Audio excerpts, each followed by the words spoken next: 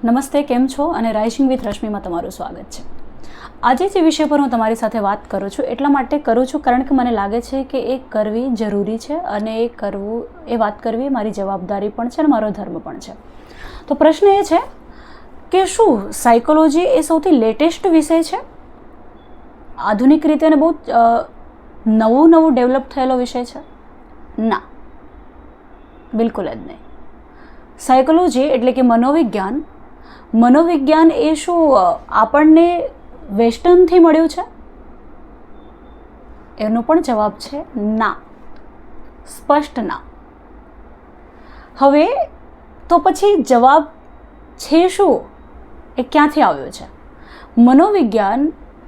Okay, એક બીજો પણ સવાલ કે જે લેટેસ્ટ એટલે કે મોડર્ન સાયકોલોજી છે, આધુનિક મનોવિજ્ઞાન છે, અત્યારે જેને આપણે સાયકોલોજી તરીકે મહદઅંશે આપણે જે જાણીએ છીએ એ, અને જો હું આનો જવાબ ના કહી રહી છું કે ના એ વેસ્ટર્નથી નથી આવ્યું, એ પશ્ચિમની શોધ નથી, તો પછી એની શોધ ક્યાંથી છે?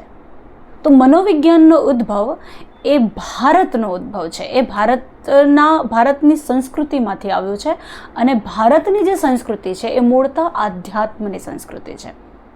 જી, એટલે કે ભારતીય મનોવિજ્ઞાન જે છે એ સંપૂર્ણતઃ આધ્યાત્મ મનોવિજ્ઞાન સાથે કનેક્ટેડ છે અને આધ્યાત્મ મનોવિજ્ઞાન એટલે કે આધ્યાત્મ વિદ્યા.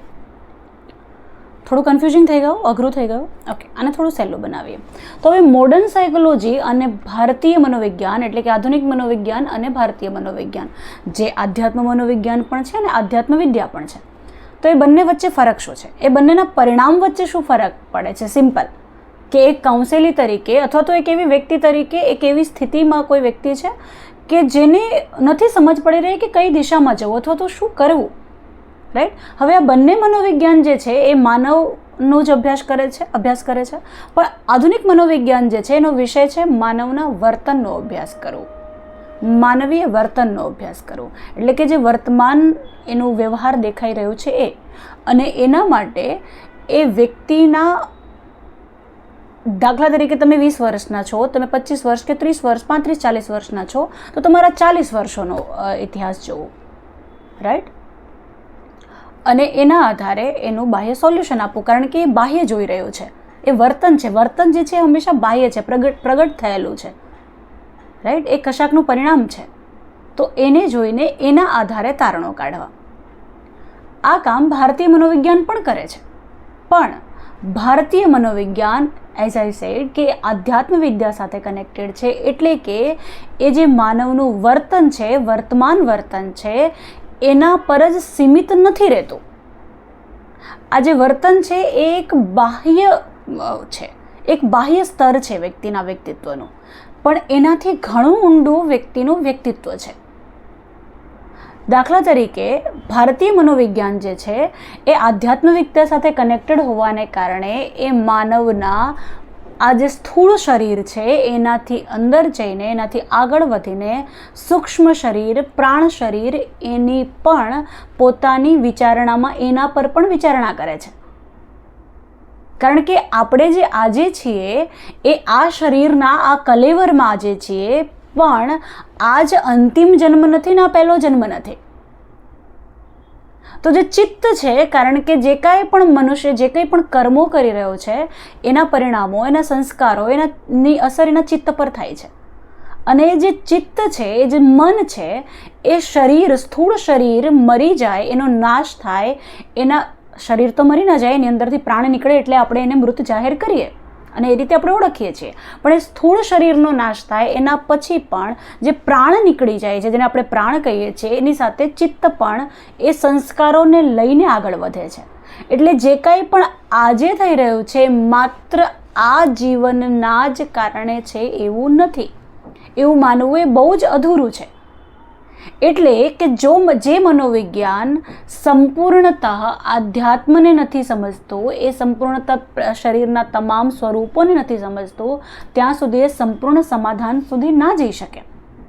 બીજું કે આધુનિક મનોવિજ્ઞાન જે છે એ મહદ અંશે કશુંક વિકૃત સ્થિતિ પર, એટલે કે જે સમસ્યા દેખાય છે વર્તનની એની ઉપર કામ કરે છે, એના સમાધાન માટે કામ કરે છે. ઘણીવાર આ એવું હોય કારણ કે વર્તનનું છે બાહ્ય ઉપર થઈ રહ્યું, બાહ્ય સ્તર પર થઈ રહ્યું છે, એટલે ઘણીવાર સ્કિન પર કોઈ મોઇશ્ચર, કોઈ ક્રીમ કે મેકઅપ લગાડવા જેવું થાય અને જે બહુ જ લઘુજીવી છે, એ પરમેનન્ટ નથી.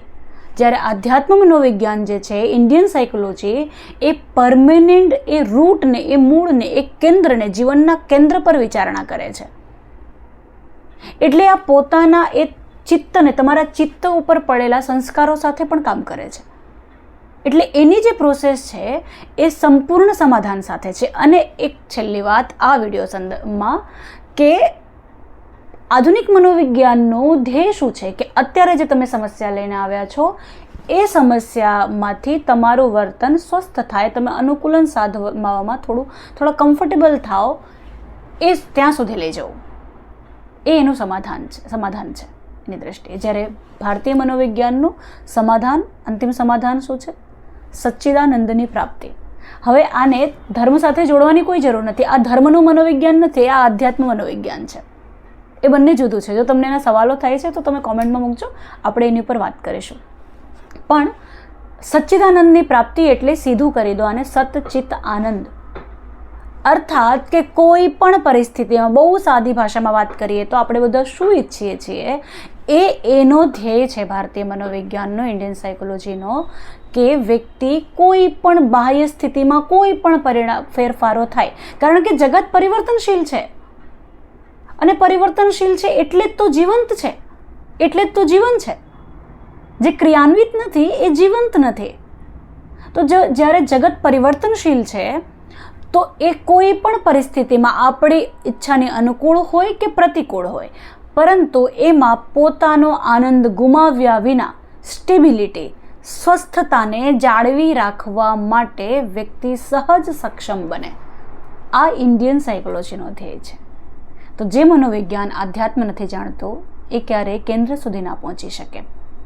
અને જે મનોવૈજ્ઞાનિક કે જે કાઉન્સેલર આધ્યાત્મ વિદ્યા સાથે કનેક્ટેડ નથી એ ક્યારેય વ્યક્તિના રૂટ સાથે એના પરમેનન્ટ સમાધાન સુધી પહોંચવાનો દ્રષ્ટિકોણ વિકસાવી શકે ખરો?